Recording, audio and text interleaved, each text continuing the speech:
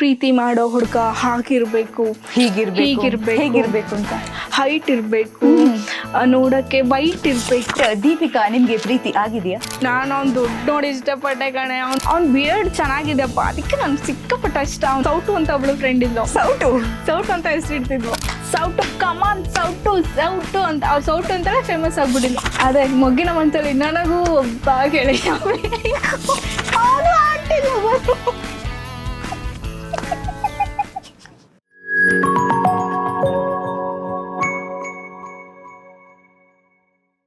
ನಾನಿವಾಗ next question ಅದೇ ಹೋಗ್ತಿದ್ದೆ. ಈ ಪ್ರೀತಿ ಪ್ರೇಮದ ಬಗ್ಗೆ ಏನ್ ಹೇಳ್ತೀರಾ? ಅಂದ್ರೆ ಅಕ್ಕ, ಎಲ್ರು ಹೇಳ್ತಾರಲ್ವಾ, ಪ್ರೀತಿ ಮಾಡೋ ಹುಡುಗ ಹಾಗಿರ್ಬೇಕು, ಹೇಗಿರ್ಬೇಕು ಅಂತ. ಹೈಟ್ ಇರ್ಬೇಕು, ನೋಡಕ್ಕೆ ವೈಟ್ ಇರ್ಬೇಕು, ಅಥವಾ ಡಸ್ಕಿ ಇರ್ಬೇಕು, ಅಥವಾ ಬ್ರೌನಿ ಇರ್ಬೇಕು, ಅವನು ನನ್ಕಿಂತ ಚೆನ್ನಾಗಿರ್ಬೇಕು, ಅವನಿಗೆ ಬಿಯರ್ಡ್ ಇರ್ಬೇಕು, ಈ ತರ ಎಲ್ಲ ಥಿಂಕ್ ಮಾಡ್ತಾರಲ್ವಾ. ಪ್ರೀತಿ ಮಾಡೋರು ಯಾವತ್ತೂ ಈ ತರ ಥಿಂಕ್ ಮಾಡ್ಬಾರ್ದಕ್ಕ. ಯಾಕೆ ಗೊತ್ತಾ? ಯಾಕೆ ಅಂತಂದ್ರೆ, ನಾನು ಅವ್ನ ಹೈಟ್ ನೋಡಿ ಇಷ್ಟಪಟ್ಟೆ ಅಂದ್ರೆ ನಾಳೆ ಅವನಿಗಿನ್ನ ಚೆನ್ನಾಗಿರೋ ಹೈಟ್ ಇರೋನ್ ಸಿಕ್ಬಿಟ್ರೆ, ಅವ್ನ ಕಲರ್ ನೋಡಿ ನಾನು ಇಷ್ಟಪಟ್ಟೆ ಅಂದ್ರೆ ಅವನಕಿನ್ನ ಚೆನ್ನಾಗಿರೋ ಕಲರ್ ಇರೋನ್ ಸಿಕ್ಬಿಟ್ರೆ, ಅವ್ನ ಬಿಯರ್ಡ್ ಚೆನ್ನಾಗಿದೆಪ್ಪ, ಅದಕ್ಕೆ ನನ್ಗೆ ಸಿಕ್ಕಾಪಟ್ಟ ಇಷ್ಟ ಅವನು ಅಂತಾರೆ. ಬಟ್ ಅವನಕಿನ್ನ ಚೆನ್ನಾಗಿರೋ ಬಿಯರ್ಡ್ ಇರೋನ್ ಸಿಕ್ಕಿದ್ರೆ, ಸೊ ಪ್ರೀತಿ ಅನ್ನೋದು ಅಕ್ಕ, ಅವನ್ನ ನೋಡಿ, ಅವನ ಆಕಾರ ನೋಡಿ, ಅವನ ಹೈಟ್ ನೋಡಿ, ಅವ್ನ ವೆಯ್ಟ್ ನೋಡಿ, ಅವ್ನು ಹೇಗಿದ್ದಾನೆ ಅಂತ ನೋಡಿ ಪ್ರೀತಿ ಬರೋದಲ್ಲ. ಪ್ರೀತಿ ಅಂದ್ರೆ ಸುಮ್ಮನೆ ಪ್ರೀತಿ ಹುಟ್ಬಿಡುತ್ತೆ ಅಕ್ಕ. ಹೆಂಗ್ ಹುಟ್ಬೋದು ಅದೇ ಗೊತ್ತಿಲ್ಲ, ಅದು ಯಾರಿಗೂ ಗೊತ್ತಿಲ್ಲ. ಹಂಗ ಅನ್ಕೊಂಡಿರ್ತಾರೆ, ನಾನು ಅವ್ನು ದುಡ್ಡು ನೋಡಿ ಇಷ್ಟಪಟ್ಟೆ ಕಣೆ, ಅವ್ನ ಹೈಟ್ಗೆ ನಾನು ಲವ್ಗೆ ಬಿದ್ದೋಗ್ಬಿಟ್ಟೆ ಕಣೆ, ಅವ್ನ ಬೇಸ್ ವಾಯ್ಸ್ಗೆ ಬಿದ್ದೋದೆ ಕಣೆ. ಅದೆಲ್ಲ ಸುಳ್ಳು. ನಿಜವಾಗ್ಲೂ ಪ್ರೀತಿ ಏನಾದ್ರು ಹುಟ್ಟು ಅಂದ್ರೆ ಅದ್ ಯಾವ್ದು ಮ್ಯಾಟರ್ ಆಗಲ್ಲ ಅಕ್ಕ. ಹಂಗಂದಿದ್ರೆ ಜಗತ್ತಲ್ಲಿ ಯಾವ ಕುಳ್ಗಿರೋರು ಮದ್ವೆ ಆಗ್ತಿರ್ಲಿಲ್ಲ, ಅಥವಾ ಅವ್ನು ಚೆನ್ನಾಗಿಲ್ಲ. ಎಷ್ಟೋ ಜನ ಕಪ್ಪುಗಿದ್ದು ದಪ್ಪಗಿದ್ದು ವಿಕಾರವಾಗಿರೋರು ಮದ್ವೆ. ಹಂಗಂತ ಅವ್ರು ಯಾವ್ದು ಮ್ಯಾಟರ್ ಆಗಿ ತಗೊಳ್ಳಿಲ್ವಾ ಅವರು? ಅವ್ನ ಹೈಟ್ ಇಲ್ಲ, ಅವ್ನು ಚೆನ್ನಾಗಿಲ್ಲ ಅಂತ ಅವಳು ರಿಜೆಕ್ಟ್ ಮಾಡ್ಬೋದಿತ್ತಲ್ವಾ. ಸೊ ಕೆಲವೊಬ್ರಿಗೆ ಪ್ರೀತಿ ಅನ್ನೋದು ಯಾವುದನ್ನು ನೋಡಿ ಬರಲ್ಲ. ಸೊ ಒಂದ್ ವೇಳೆ ಅದು ಬಂತು ಅಂದ್ರೆ ಆ ಪ್ರೀತಿ ಸತ್ತೋಗುತ್ತೆ. ಯಾವಾಗ ಅಂದ್ರೆ ಅವಳೇನ್ ಪ್ರೀತಿ ಮಾಡಿರ್ತಾಳೋ ಅದಕ್ಕಿಂತ ಎಕ್ಸ್ಟ್ರಾ ಇರೋದು ಸಿಕ್ಕಿದ್ರೆ ಅಲ್ವಾ. ಇವಾಗ ಹೆಂಗೆ ಅಂದ್ರೆ, ನಿಮ್ಮ ಹತ್ರ ಲ್ಯಾಕ್ ಇದೆ, ಸೊ ನಾನು ಅದಕ್ಕೆ ನಿಮ್ಗೆ ಲವ್ ಮಾಡಿದೆ. ನನ್ನ ಮೈಂಡ್ ಸೆಟ್ ಅಲ್ಲಿ ಇರೋದು ನಿಮ್ಗೆ ಹೇಳಕ್ಕಾಗಲ್ಲ, ಬಟ್ ನನ್ನ ಮೈಂಡ್ ಸೆಟ್ ಅಲ್ಲಿ ಇರುತ್ತೆ ಅನ್ಕೊಳ್ಳಿ. ನೆಕ್ಸ್ಟ್ ಡೇ ಕ್ರೋಸ್ ಅಲ್ಲಿ ಇರೋನ್ ಬರ್ತಾನೆ, ಐ ಲವ್ ಯು ಅಂತಾನೆ. ಲ್ಯಾಕ್ ಅಲ್ಲಿ ಇರೋನ ಸೈಡ್ಗೆ ಇಟ್ಬಿಟ್ಟು ಕ್ರೋ ಹತ್ರ ಹೋಗ್ಬಿಡ್ತಾಳೆ. ಸೊ ಇದನ್ನ ಪ್ರೀತಿ ಅಂತ ಕರೆಯಕ್ಕಾಗಲ್ಲ ಅಕ್ಕ. ಯಾವತ್ತಿದ್ರು ಪ್ರೀತಿ ಅನ್ನೋದು ನೋಡ್ದೆ ಅವರಲ್ಲಿ ಇದನ್ನೇ ಮೆನ್ಷನ್ ಮಾಡಿ ಪ್ರೀತಿ ಮಾಡಬಾರ್ದು. ಸೊ ಪ್ರೀತಿ ಮಾಡ್ತಿದ್ದಾರಾ, ಪ್ರೀತಿ ಮಾಡ್ತಾ ಇರ್ಬೇಕಷ್ಟೆ ನನ್ನ ಪ್ರಕಾರ. ಎಲ್ಲರೂ ಹೇಳ್ತಾರೆ ಪ್ರೀತಿಗಿಂತ ನಂಬಿಕೆ ದೊಡ್ಡದು. ನಿಮ್ಗೇನ್ ಅನ್ಸುತ್ತೆ? ಪ್ರೀತಿ ದೊಡ್ಡದು ಅನ್ಸುತ್ತಾ, ನಂಬಿಕೆ ದೊಡ್ಡದು ಅನ್ಸುತ್ತೆ? ಪ್ರೀತಿ ಇದ್ರೆ ನಂಬಿಕೆ ಇರೋದು, ನಂಬಿಕೆ ಇದ್ರೆ ಪ್ರೀತಿ ಇರುತ್ತೆ. ಅವೆರಡರಲ್ಲಿ ಯಾವ್ದಿರ್ಬೇಕು ಅಂತ ನಿಮ್ಗೆ? ನಂಬಿಕೆ ಆಲ್ಮೋಸ್ಟ್ ಎಲ್ರು ನಂಬಿಕೆ ಅಂತಾನೆ ಹೇಳ್ತಾರೆ. ನಂಬಿಕೆ ಅನ್ನೋದು ಯಾವತ್ತಿದ್ರು ಒಂದ್ಸಲ ಅವನೇನಾದ್ರು ಮಾಡ್ದ ಅಂದ್ರೆ ಅದು ನಂಬಿಕೆ ಹೊಂಟೋಗ್ಬಿಡುತ್ತೆ. ಅದೇನೋ ಕ್ರಾಕರ್ ಆಗಿ ಒಂದ್ ಸ್ವಲ್ಪ ಏನೋ ನಂಬ್ತೀನಿ ಅಂತ ಅನ್ಕೋಬೋದು. ಬಟ್ ನಿಜವಾಗ್ಲೂ ಪ್ರೀತಿ, ಅವನೇನಾದ್ರು ತಪ್ಪು ಮಾಡಿ ಆ ನಂಬಿಕೆ ಸತ್ತೋದ್ರು ಕೂಡ ಅವಳನ್ನ ನಿಜವಾಗ್ಲೂ ಪ್ರೀತಿ ಮಾಡೋಳು ಏನಾಗಿರ್ತಾಳೆ ಅಂದ್ರೆ, ಆ ನಂಬಿಕೆಗೆ ಮತ್ತೆ ಪುನಃ ಜೀವ ಕೊಡ್ತಾಳೆ. ಆ ಪ್ರೀತಿ ಅನ್ನೋದಿದ್ರೆ ಅವಳಲ್ಲಿ, ನಾನು ಪ್ರೀತಿಸ್ತಿದ್ದೀನಿ ಅಂದ್ರೆ ತಪ್ಪು ಮಾಡ್ದ ಹೋಗ್ಲಿ ಬಿಡು, ಮತ್ತೆ ನೀನು ನಂಬ್ತೀನಿ ಅಂತ ಆ ನಂಬಿಕೆಗೆ ಜೀವ ಕೊಡೋದು ಪ್ರೀತಿ. ಆದ್ರೆ ನಂಗೆ ಡೌಟ್ ಇರೋದೇನಂದ್ರೆ, ನೀವೀಗ ಹೇಳಿದ್ರಿ ಪ್ರೀತಿ ಬಗ್ಗೆ PhD ಲೆವೆಲ್ ಅಲ್ಲಿ ಮಾತಾಡ್ತಿದ್ದೀರಾ. ಬಟ್ ದೀಪಿಕಾ, ನಿಮ್ಗೆ ಪ್ರೀತಿ ಆಗಿದೆಯಾ? ಇವಾಗ ಬರುತ್ತೆ ನೋಡಿ ಸ್ಟೋರಿ. ಹೇಳಿ. ನಮ್ ರಿಲೇಟಿವ್ಸ್ ನಂಗೆ ಏನೋ ಬಿಡಿ. ಸೊ ಆ ಟೈಮಲ್ಲಿ ನಾನು ತುಂಬಾ ಪ್ರೀತಿಸ್ತಿದ್ದೆ ಅನ್ನೋದಕ್ಕಿಂತ ಚೈಲ್ಡ್ ಅವಾಗ ನಾನು SSLC. ಸೊ SSLC ಟೈಮಲ್ಲಿ SSLC 9th ಅಲ್ಲಿ ಇರಬೇಕು. ಅವಾಗ ನಾನು ಖೋಖೋ ಪ್ಲೇಯರು. ಅದರಲ್ಲೂ ನಾನು ಅದರಲ್ಲಿ ತುಂಬಾ ಚೆನ್ನಾಗಿ ಆಡ್ತಿದ್ದು ಅಂತ ವ್ಯಕ್ತಿ ಅಂದ್ರೆ ನಾನು ಒಬ್ಳೆ. ಸೂಪರ್. 5 minutes ವರ್ಗು ನಾನು ಆಡಿಸ್ತಿದ್ದೆ ಚೇಸಿಂಗ್ ಅಲ್ಲಿ, ರೇಸಿಂಗ್. ಆ ಟೈಮಲ್ಲಿ ಎಲ್ರು ಅವ್ರವ್ರ ಹುಡುಗರು ಅಂದ್ರೆ ಅವಾಗೆಲ್ಲ ಚಪ್ರಿ ತರ ಆಡ್ತಿದ್ವಿ. ಹೆಂಗದು ಚಪ್ರಿ ಅಂದ್ರೆ ಸುಮ್ಮನೆ ಏನೋ ಲವರ್ ಅಂದ್ರೆ ಅವನೊಬ್ಬ ಲವರ್ ನನ್ನ ಲವರ್ ಅವನು ಅಂತ ಆ ಥರ ನಮ್ಮ ಫ್ರೆಂಡ್ಸ್ ಎಲ್ಲ ಇದ್ರಲ್ಲ ಆ ಫ್ರೆಂಡ್ಸ್ ಅಲ್ಲಿ ನಂಗೆ ಸೌಟು ಅಂತ ಒಬ್ಳು ಫ್ರೆಂಡ್ ಇದ್ಲು. ಸೌಟು ಅಂತ ಹೆಸರು ಇಡ್ತಿದ್ವು. ಸೌಟು ಏನೇನೋ ಹೆಸರು, ಡಯಾನಾ ಆ ಥರ ಡಯಾನಾನು ಹೆಸರು, ಲಕ್ಷ್ಮಿ, ಹಿಂಗೆ ಬೇರೆ ಬೇರೆ ಫ್ರೆಂಡ್ಸ್ ಎಲ್ಲ ಇದ್ವು. ನಮ್ದೊಂದು ಖೋಖೋ ಟೀಮು. ನಾನು ಓದಿದ್ದು ನಿರ್ವಾಣೇಶ್ವರ ಗರ್ಲ್ಸ್ ಹೈಸ್ಕೂಲಲ್ಲಿ. ಆಗೆಲ್ಲ ಅವ್ರವ್ರ ಬಾಯ್ ಫ್ರೆಂಡ್ಸ್ಗಳು ಬಂದಿದ್ದು, ಸೌಟು ಕಮಾನ್ ಸೌಟು ಅಂತ. ಅವ್ರು ಸೌಟು ಅಂತಲೇ ಫೇಮಸ್ ಆಗ್ಬಿಟ್ಟಿಲ್ಲ. ಬಟ್ ನಾನು ಅಷ್ಟು ಚೆನ್ನಾಗಿ ಆಡಿದ್ರು ನನ್ಗೆ ಯಾರು ಬಂದು ಆ ಥರ ಕೂಗ್ತಿರ್ಲಿಲ್ಲ, ಅಪ್ರಿಷಿಯೇಟ್ ಮಾಡ್ತಿರ್ಲಿಲ್ಲ. ನನಗೆ ನಮ್ಮ ಪಿ ಸರ್ ಬನಶಂಕರಯ್ಯ ಅವರೊಬ್ಬರೇ ನನಗೆ ಚೆನ್ನಾಗಾಡ್ದೆ ಮಗಳೇ ಅಂತಾನೆ ಅನ್ನೋರು. ಚೆನ್ನಾಗಾಡ್ದೆ ಮಗಳೇ ನನಗೂ ಅನ್ಸೋದು ಅದೇ ಮೊಗ್ಗಿನ ಮಂತಲ್ಲಿ ನನಗೂ ಒಬ್ಬ ಗೆಳೆಯ ಯಾರಿಗೋ ಏನೇನು ನೀಡುವ ದೇವನೇ ನಿಮ್ಮಯ ಮನವಿ ಸಲ್ಲಿಸಿದ್ರು. ಅದು ಹೆಂಗ ಆ ಥರ ಆಯ್ತು. ಅದಾದ್ಮೇಲೆ ಇಷ್ಟಪಟ್ಟು ಫ್ಯಾಮಿಲಿ ಆಗಿರೋದ್ರಿಂದ. ಬಟ್ ಅವ್ರು ಹೆಂಗ್ ಮಾಡ್ತಾ ಹೋದ್ರು ಅಂದ್ರೆ ಅಕ್ಕ, ನಾನು ಜಾಸ್ತಿ ಕೇರ್ ಮಾಡಿದಷ್ಟು ನನಗೆ ತುಂಬಾ ಇಗ್ನೋರ್ ಮಾಡ್ದೆ. ಅದೇ ನನ್ನ ನಂಬಿಕೆಗಿಂತ ಪ್ರೀತಿ ಎಲ್ಲಿವರೆಗೂ ಕೊಡಕ್ ಸಾಧ್ಯ ಆಯ್ತು ಅಂತಂದ್ರೆ, ಅವರು ಇಲ್ಲ ನನ್ ಕೆಟ್ಟ ಪದದಲ್ಲಿ ಬೈದ್ರೂ ಕೂಡ ನಾನು ಅಂದ್ರೆ ಅವಾಗ ಚೈಲ್ಡ್ ಅಲ್ವಾ ಅಂತ ಅಳ್ಕೊಂಡ್ ಕಿಸ್ಕೊಂಡ್ ಕೂತ್ಕೊತಿದ್ದೆ. ಬಟ್ ಇವಾಗ ಪ್ರೀತಿ ಅನ್ನೋ ಪದಕ್ಕೆ ಅರ್ಥ ಗೊತ್ತಿಲ್ದಿರೋರೆಲ್ಲ ಪ್ರೀತಿ ಮಾಡ್ತಿದ್ದಾರೆ. ನಾನು ಆವಾಗ ಮಾಡಿದ ತಪ್ಪನ್ನ ಈಗಲೂ ಎಲ್ಲರೂ ಮಾಡ್ತಿದ್ದಾರೆ ಅಂತ ಅನ್ನಿಸ್ತಿದೆ. ಬಟ್ ಎಲ್ರಿಗೂ ಒಂದು ಮೆಚೂರ್ ಮೈಂಡ್ ಬರಬೇಕು. ನಾನು ಪ್ರೀತಿ ಬಿದ್ದಿದ್ದೆ ನಿಜ, ಅವರಿಂದನೂ ಮೋಸ ಹೋಗಿರೋದು ನಿಜ.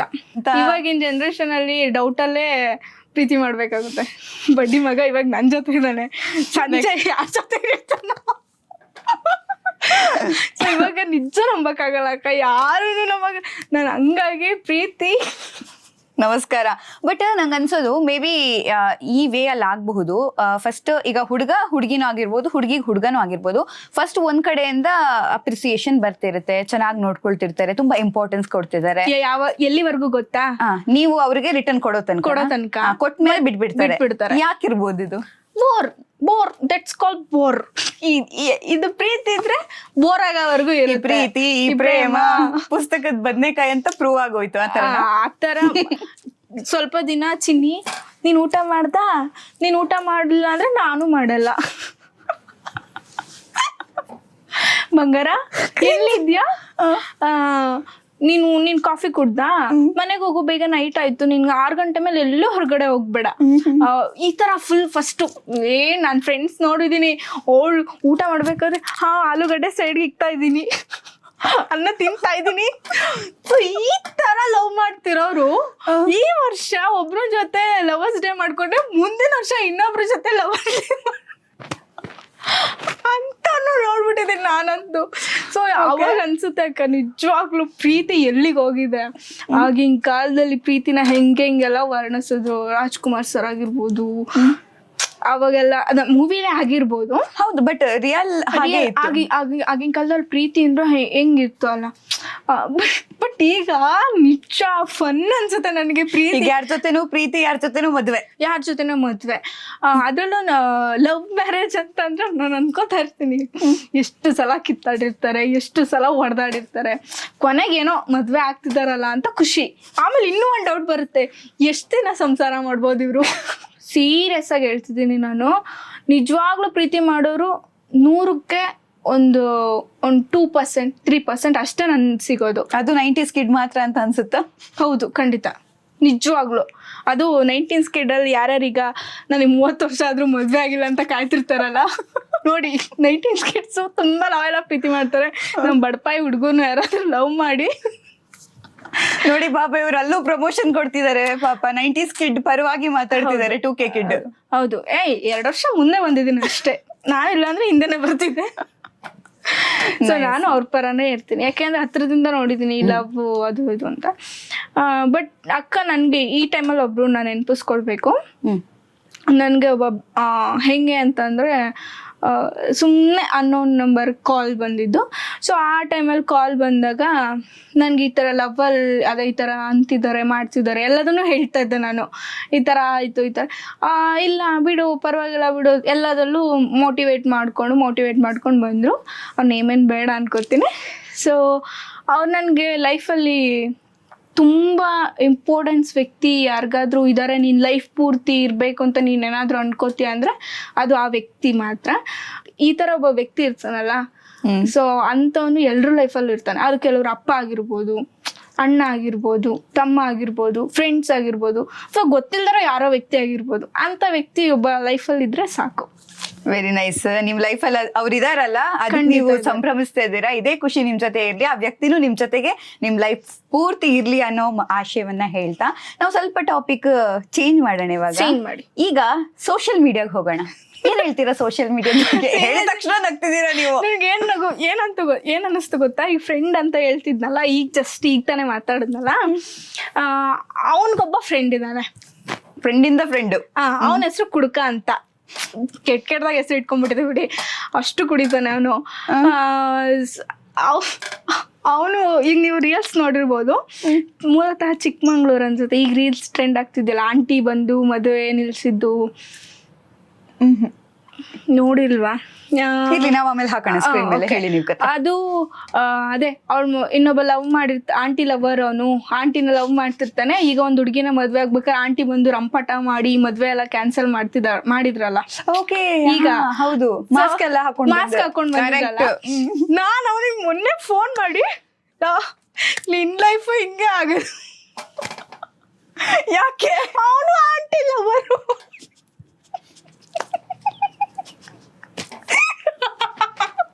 ಪಾಪ ಅವ್ರದ್ದೇನಾದ್ರು ಗೊತ್ತಾಗ್ಬಿಟ್ರೆ ಆಂಟಿ ಲವರು. ಅವನು ಅಂದ್ರೆ ಹೆಸರು ಹೇಳಿಲ್ಲ ನಾನು, ಅದಕ್ಕೆ ಗೊತ್ತಾಯ್ತು ಬಿಡಿ. ಹೆಸರು ಹೇಳಿಲ್ಲ ಅವರು. ಅವನ ಲೈಫಲ್ಲಿ ಎಲ್ಲಾದ್ರೂ ಏನಾದ್ರೂ ನಿಜವಾಗ್ಲೂ ಮದ್ವೆ ಮಾಡಕ್ ಹೋಗಿ ಅವ್ರು ಇದೇ ತರ ರೀಕ್ರಿಯೇಟ್ ಆಗುತ್ತೆ ನೋಡೋ ನಿನ್ ಲೈಫಲ್ಲಿ ಅಂತ ಹೇಳಿದೀನಿ. ಆಂಟಿ ಲವರ್ ಬಗ್ಗೆ ಏನ್ ಹೇಳ್ತೀರಾ? ಜಾಸ್ತಿ ಇದಾರೆ ಆಂಟಿ ಲವರ್ಸ್ಗಳು. ಏನಿದ್ದು ಕಾನ್ಸೆಪ್ಟ್? ಆಂಟಿ ಲವರ್ ಅಂದ್ರೆ ಮದ್ವೆ ಆಗಿರೋರ್ನ ವಾಪಸ್ ಲವ್ ಮಾಡೋದ ಅಥವಾ ಸ್ವಲ್ಪ ಏನೋ ಗೊತ್ತಿಲ್ಲ ಅಕ್ಕ, ಬಟ್ ಆಂಟಿ ಲವರ್ ಅಂತ ಗೊತ್ತೆ. ಎಲ್ರು ಕರೀತಾರೆ ಅವನ್ನ, ಆಂಟಿ ಲವರ್, ಬಾರೋ ಆಂಟಿ ಲವರ್ ಅಂತ. ಬಟ್ ಇನ್ನೊಬ್ಳು ಹುಡುಗಿನ ಮಾತ್ರ ಲವ್ ಮಾಡ್ತಿದ್ದಾನೆ ಅಂತ ಗೊತ್ತು, ಬಟ್ ಆದ್ರೂ ಆಂಟಿ ಲವರ್ ಅಂತ ಕರೀತಾರೆ. ಸೊ ನಾನು ಅನ್ಕೋತಾ ಇದ್ದೆ, ನಿನ್ ಮದ್ವೆ ಖಂಡಿತ ಹಿಂಗಾಗುತ್ತೆ ನೋಡೋ ಅಂತ.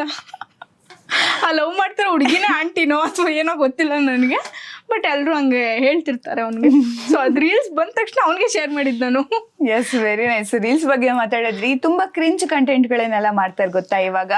ಈ ಅಂಥ ಕಂಟೆಂಟ್ಗಳ ಬಗ್ಗೆ ಏನ್ ಹೇಳ್ತೀರಾ? ಅಂದ್ರೆ ಅಂಥ ಕಂಟೆಂಟ್ಗಳೇ ಓಡ್ತಿದೆ, ಜೊತೆಗೆ ಒಳ್ಳೆ ಕಂಟೆಂಟ್ ಮಾಡೋರಿಗೆ ವೇದಿಕೆ ಸ್ವಲ್ಪ ಸ್ಲೋ ಆಗ್ತಿದೆ ಅಂತ ಅನ್ಸುತ್ತಾ, ಅಥವಾ ನಿಮ್ಮ ಒಪಿನಿಯನ್ ಏನಿದೆ ಇದ್ರ ಬಗ್ಗೆ?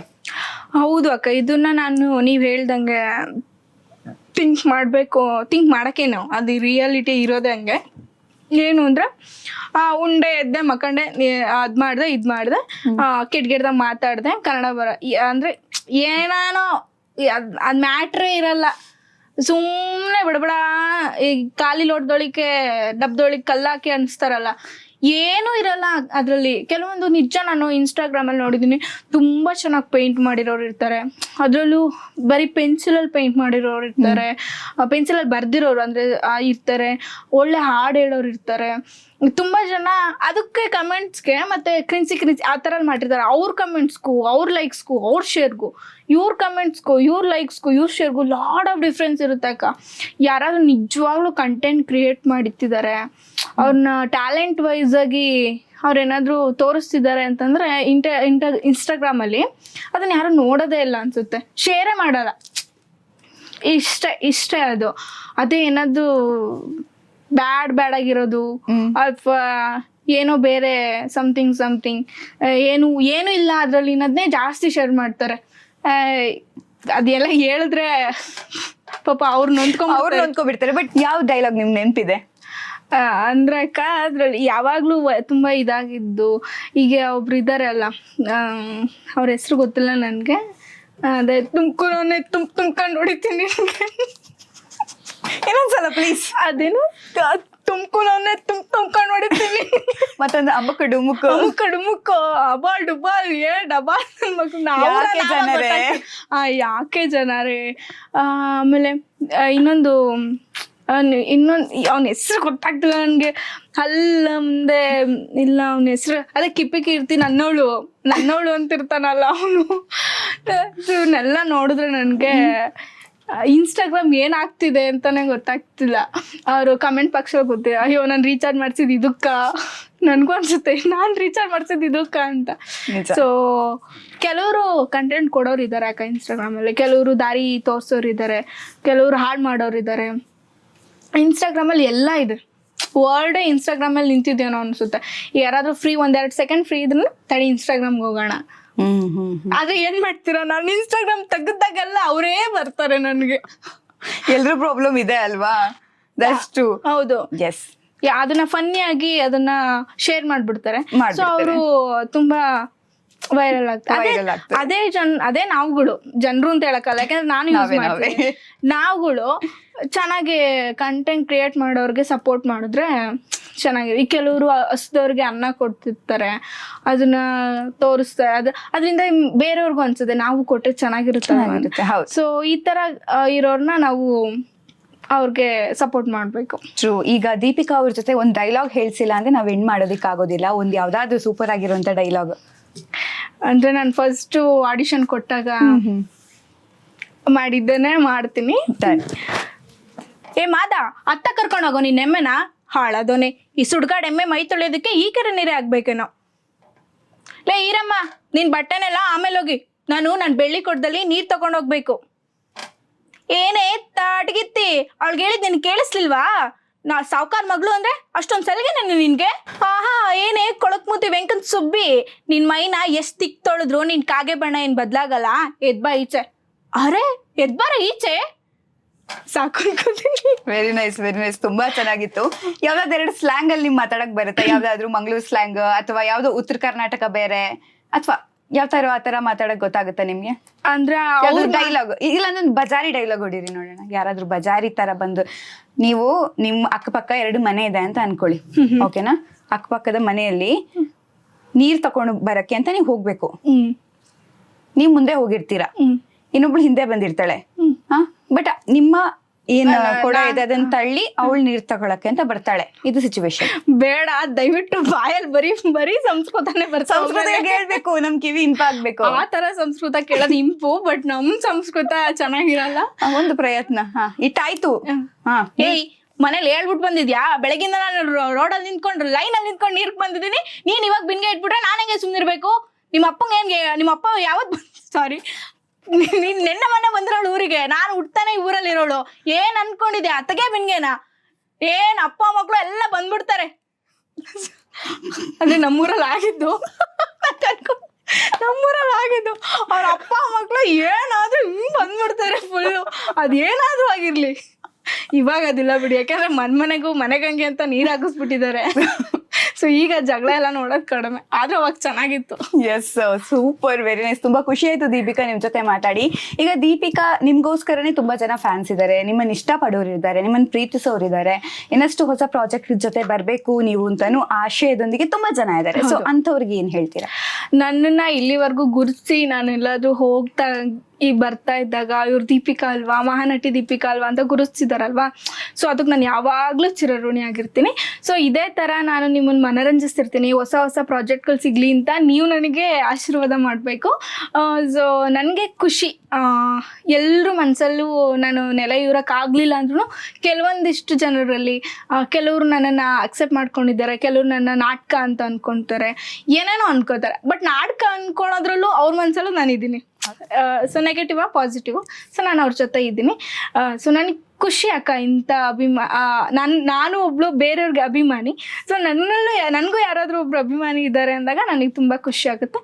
ಇಂಥ ಟೈಮಲ್ಲಿ ನಾನು ಹೇಳಬೇಕು, ನನಗೆ ಜಾಸ್ತಿ ಯೂತ್ಸ್ ಫ್ಯಾನ್ಸ್ ಇದ್ದಾರೆ ಅನ್ನೋದಕ್ಕಿಂತ ಅಮ್ಮಂದರು, ಅಜ್ಜಿಯಂದರು, ಅಂಕಲ್ಗಳು, ತಾತ ಅವರೆಲ್ಲ ಯಾರಾದರೂ ಬಂದರೆ ಅದು ಸೆಲ್ಫಿ ತಗೊಂಡು ಆದಮೇಲೆ ಎಲ್ಲಾದರೂ ಈವೆಂಟ್ಸ್ಗೆ ಹೋದಾಗ, ಅಕ್ಕ ನಮ್ಮ ಅಜ್ಜಿ ನಿಮ್ಮನ್ನು ಯಾವಾಗಲೂ ನೋಡ್ತಿರುತ್ತೆ ಅಕ್ಕ ನಮ್ಮಮ್ಮಂಗೆ ನೀವಂದರೆ ತುಂಬ ಇಷ್ಟ ಅಕ್ಕ ಅಂತ ಹೇಳ್ತಿದ್ರು. ನಾನು ಅಂದರೆ ನಿಮ್ಗೆ ಇಷ್ಟ ಇಲ್ವಾ ಸೆಲ್ಫಿ ತಗೊಳ್ಳೋದು ಅವ್ರ ಅಮ್ಮಂಗೆ ತೋರ್ಸೋಕ್ಕೆ? ನನಗೆ ಖುಷಿ ಆಗುತ್ತೆ. ಇಂಥ ವಿಚಾರದಲ್ಲಿ ಯೂತ್ಸಿಗೆ ಬೇಗ ಕನೆಕ್ಟ್ ಆಗ್ಬೋದು. ಬಟ್ ಅಮ್ಮಂದ್ರಿಗೆ ಅಜ್ಜಿ ಅಂದ್ರಿಗೆ ಕನೆಕ್ಟ್ ಆಗ್ಬೇಕು ಅಂದ್ರೆ ಪ್ಯೂರ್ ಹಾರ್ಟ್ ಇರ್ಬೇಕು. ಸೊ ನನ್ಗೆ ಆ ಪ್ಯೂರ್ ಹಾರ್ಟ್ ಇದೆ ಅಂತ ಅನ್ಕೋತೀನಿ. ಸೊ ನನ್ಗೆ ಖುಷಿ ಅಂಥವ್ರಿಗೂ ನಾನು ರೀಚ್ ಆಗಿದ್ದೀನಿ ಅಂತ. ಸೊ ಯೂತ್ಸಿಗೂ ಕೂಡ ಕನೆಕ್ಟ್ ಆಗೋ ಥರ ಹೊಸ ಹೊಸ ಪ್ರಾಜೆಕ್ಟ್ಗಳು ಬರಲಿ, ನಾನು ಒಳ್ಳೊಳ್ಳೆ ಮೂವಿಗಳು ಮಾಡಲಿ. ಎಸ್, ನಿಮ್ಮ ಕನ್ಸೇನಿದೆ ದೀಪಿಕಾ ಅದ್ ನನ್ಸಾಗ್ಲಿ. ಹೊಸ ಹೊಸ ಪ್ರಾಜೆಕ್ಟ್ ಮಾಡಿ ಹೀಗೆ ನಗಿಸ್ತಾ ಇರಿ, ಖುಷಿಯಾಗಿರಿ. ಮತ್ತೇನ್ ನೀವು ಫಿಲ್ಟರ್ ಇಲ್ದೆ ಮಾತಾಡ್ತಿರಲ್ಲ, ಅದು ಇನ್ನೂ ಜಾಸ್ತಿ ಕನೆಕ್ಟ್ ಆಗುತ್ತೆ, ಇನ್ನೂ ಜಾಸ್ತಿ ಖುಷಿ ಆಗುತ್ತೆ ನಿಮ್ ಜೊತೆ ಮಾತಾಡಿ. ಹೀಗೆ ನಿಮ್ಮ ಲೈಫ್ ಅಲ್ಲಿ ಸಕ್ಸಸ್ ಸಿಗ್ಲಿ. ನಮ್ಮ ಕಾರ್ಯಕ್ರಮಕ್ಕೆ ಬಂದಿರೋದಕ್ಕೆ ಧನ್ಯವಾದಗಳು. ಖುಷಿಯಾಗಿರಿ. ಹೀಗೆ ನೆಕ್ಸ್ಟ್ ಮೂವಿ ಯಾವ್ದಾದ್ರು ಇಂಟರ್ವ್ಯೂಗೆ ಬರೋ ಹಾಗಾಗ್ಲಿ. ಖಂಡಿತ ನಿಮ್ಮ ಆಶಯದಂತೆ ನಿಮ್ಮ ಆಸೆಯಂತೆ ಆಗ್ಲಿ. ನಮ್ಮ ಆಸೆಯಂತೆ ಆಗ್ಲಿ, ಇದು ಇಷ್ಟು ಈಸಿ. ಸೊ ನಮ್ಮ ಆಸೆ ಅಂತೆ ನೆಕ್ಸ್ಟ್ ಅವರನ್ನ ಮೂವಿ ಇಂಟರ್ವ್ಯೂ ಅಲ್ಲಿ ನಾವು ಇಬ್ರು ಮೀಟ್ ಆಗೋ ಹಾಗೆ ಆಗ್ಲಿ ಅನ್ನುವಂತ ಆಶಯವನ್ನ ಹೇಳ್ತಾ, ನಿಮ್ಗೆ ವಿಡಿಯೋ ಇಷ್ಟ ಆದ್ರೆ ಲೈಕ್ ಮಾಡಿ, ಶೇರ್ ಮಾಡಿ, ಕಮೆಂಟ್ ಮಾಡಿ. Thank you. ನನ್ನನ್ನು ಕೂಡ ಟ್ಯಾಗ್ ಮಾಡಿ.